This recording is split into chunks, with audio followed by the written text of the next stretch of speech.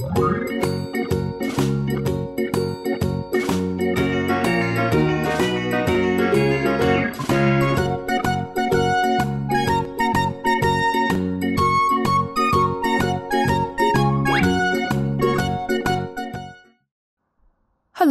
everyone. Today, we are starting to learn Chapter 2, Designing Study Tour Courses. Section 1, Investigating Study Course Demands. May I ask all of you, if today we receive an invitation from the principal of a local primary school to design a study course for their 5th grade students, focused on the theme of exploring natural sciences, what do you think we should do first? The first task we face is investigating study course demands. Why do we put investigating study course demands as the first step?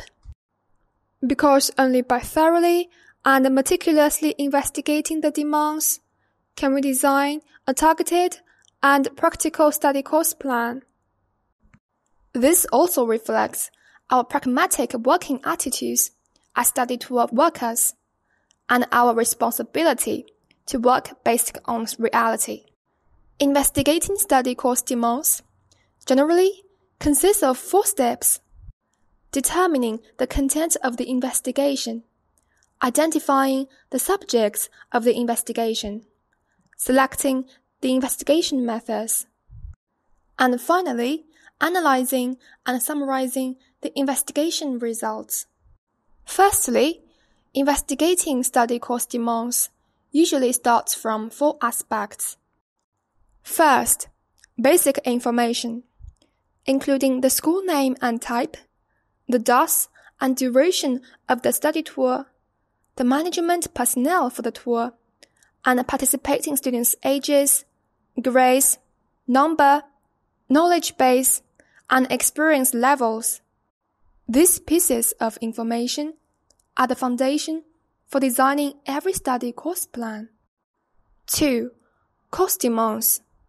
It refers to the school's requirements for the theme, objectives, and content of the study course. This is the core content of the course plan, and it is also the starting point for the school to carry out this study course. Among them, we also need to conduct of the implementation of the school's pre-departure curriculum, student manuals, and so on. A detailed investigation of the requirements to ensure the smooth implementation of the study course. 3. Reception standards. It refers to of the study tour activities, the service guarantee aspects, such as dining, accommodation, transportation, safety, materials, etc. It reflects the school's requirements for the quality of study course services. 4. Past cases. It refers to that the school has conducted in the past study courses case. By investigating successful study course cases from the past, we can learn effective experiences. By investigating the reasons for past failed study course cases, we can improve our measures. These 4 dimensions of investigation basically cover the content of school course demand investigation. Of course, when conducting a specific study tour investigation, we can adjust according to the actual situation. At the end of the course demand investigation, we can design a study course demand survey form.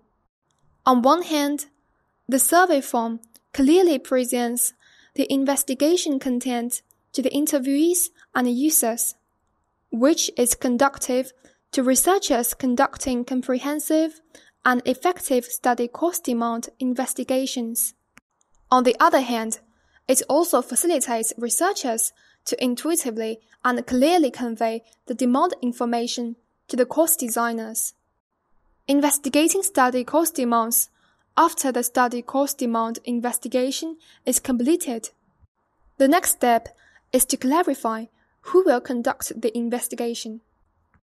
Next is the second step of demand investigation, identifying the objects of investigation.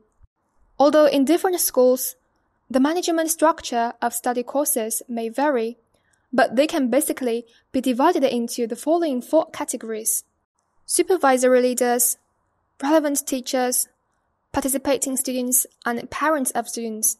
Supervisory leaders refers to the main person in charge of organizing and carry out study courses in the school. Usually, it is the principal, vice principal, or director of moral education. They are responsible for decision-making and planning and have important decision-making power regarding the demand and development direction of study courses. Through investigating the demands of supervisory leaders, we can understand, for the school to carry out study courses, the main reasons, basic principles, teaching objectives. In addition, obtaining information about the evaluation of past study course organization and implementation, and suggestions and expectations for this study course are also important. Relevant teachers. The relevant teachers participating in this study course are the main implementers of the study course. They are generally the grade leaders, class teachers, subject teachers, and the teachers leading the study course. First, as for the learning situation of traveling students, their life skills, interests, and issues in the teaching process, they have a deep understanding. Their feedback and suggestions for improving and optimizing the study tour courses are crucial. Next, with subject teachers, about the knowledge involved in the study tour courses, communicate and discuss to make the content of the study tour courses with the knowledge content of the school curriculum effectively connected, to better utilize the study tour courses as supplements to in-class teaching. 3. Involving students. Students are the direct beneficiaries of study tour courses. Their participation and feedback are important indicators of the effectiveness of the courses. Through investigating students' needs and expectations, on one hand, we can most directly understand students' characteristics, learning situations, and life experiences, which is beneficial for the organization and management of course implementation. On the other hand, we can better meet students' actual needs and match their interests, further enhancing the effectiveness of the courses. Moreover, when necessary, all students may also be included as survey subjects to obtain more extensive opinions and suggestions. 4. Student parents. Parents are the guardians of children and pay high attention to their education investment and expectations for their children. Their opinions and suggestions for the demand and design of study tour courses are of important reference value. Please note, the specific survey subjects may, due to differences in schools, regions, or types of courses, be different from each other. For certain key issues, such as the choice of transportation and the design of learning methods, etc., it is best to conduct focused surveys on different subjects separately. This is conducive to obtaining more accurate and comprehensive data. Once the survey content and subjects are clearly defined, we can proceed to the third step, selecting appropriate survey methods. Usually, this can be done through holding special meetings, interviews, questionnaires, and other methods to obtain first-hand information on school needs.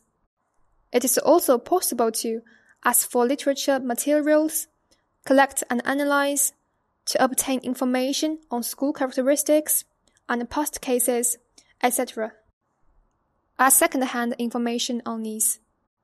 When conducting demand surveys, it is important to, according to different survey subjects, choose appropriate survey methods to obtain the most accurate survey results. In addition, it is recommended that during the investigation work, everyone learns to design and use study course demand investigation forms.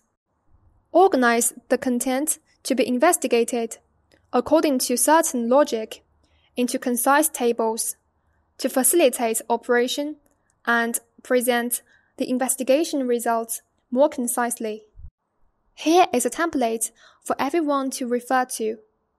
In actual work, we can, according to the actual situation, modify the investigation form.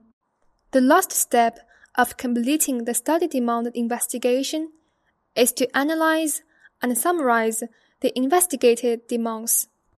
In designing study course plans, this is also a crucial step. We will analyze the demands from the following 6 aspects: analyzing school demands, teacher demands, student learning situations, course demands, reception standards and costs, and of past study courses, the advantages and disadvantages. Finally, we will summarize the study course demand investigation. During the summary process, we shall rely on our professional knowledge of study courses that we have learned, combined with operational experience in study tours, make preliminary plans for study tours, and according to the actual situation, make adjustments and integrations so as to preliminarily confirm the theme of study course, reception standards, study course design plan, and outline, etc. For the next step of designing study tour courses, provide reference. Alright, that's it for this lesson. Everyone, goodbye.